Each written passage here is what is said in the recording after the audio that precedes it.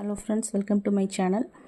இந்த சேனலில் என்ன நம்ம அப்லோட் பண்ணலான்னு இருக்கேன்னு பார்த்தீங்கன்னா, டிஎன்பிஎஸ்சியில் இருக்கக்கூடிய அனைத்து 6th to 10th இருக்கக்கூடிய ஒரு வினா விடைகள் அப்படியே நம்ம சேனலில் அப்லோட் பண்ணிக்கிட்டே இருக்க போகிறோம். ஃபஸ்ட்டு நம்ம இன்றைக்கி என்னென்னு நம்ம பார்க்க போகிறோம்னா, 10th ஸ்டாண்டர்டில் இருக்கக்கூடிய அன்னை மொழியே அப்படிங்கிற இயல் 1ல் இருக்கக்கூடிய அன்னை மொழியேங்கிற ஒரு தலைப்பில் இருக்கக்கூடிய ஒரு வினா விடைகள் பார்க்கலாம் வாங்க.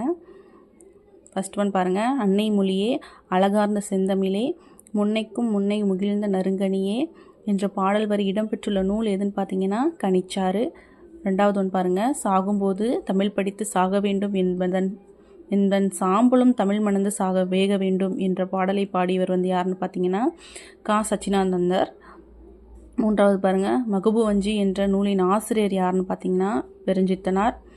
பெருஞ்சித்திரனார் எந்தெந்த இதழ்கள் மூலம் தமிழ் உணர்வை பரப்பினார் அப்படிங்கிறது பாருங்கள்.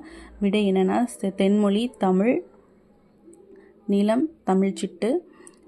ஐந்தாவது ஒன்று பாருங்கள். உலகியல் 100 அப்படிங்கிறவரோட ஆசிரியர்னு பார்த்தீங்கன்னா அது பெருஞ்சித்தனார்.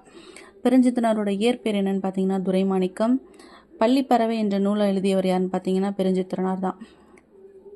பெருஞ்சித்தனார் என்னென்ன நூலை எழுதியிருக்காரு, அது எதில் தான் அவர் ஆசிரியராக இருக்கார் அப்படிங்கிறதுக்கு ஷார்ட்டாக நான் கொடுத்துருக்கேன் பாருங்கள். பெருஞ்சித்தனார் என்னென்ன எழுதியிருக்கார் பாருங்கள். நூலை எழுதியிருக்கார். பாவிய கொத்து அப்படிங்கிற நூல் எழுதியிருக்காரு. நூறாசிரம் அப்படிங்கிற நூல் எழுதியிருக்கிறாரு.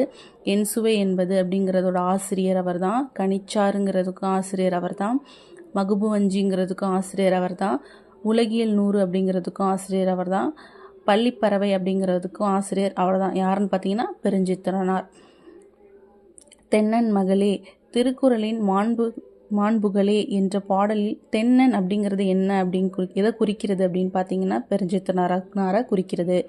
பெருஞ்சித்திரனாரினோட எந்த நூல் தமிழுக்கு கருவூலமாக அமைந்தது அப்படின்னு பார்த்தீங்கன்னா திருக்குறள் மெய்ய பொருளுரை. இந்த வீடியோ உங்களுக்கு யூஸ்ஃபுல்லாக இருந்துச்சுன்னா சப்ஸ்கிரைப் பண்ணுங்கள், லைக் பண்ணுங்கள் ஃப்ரெண்ட்ஸ். தேங்க்யூ.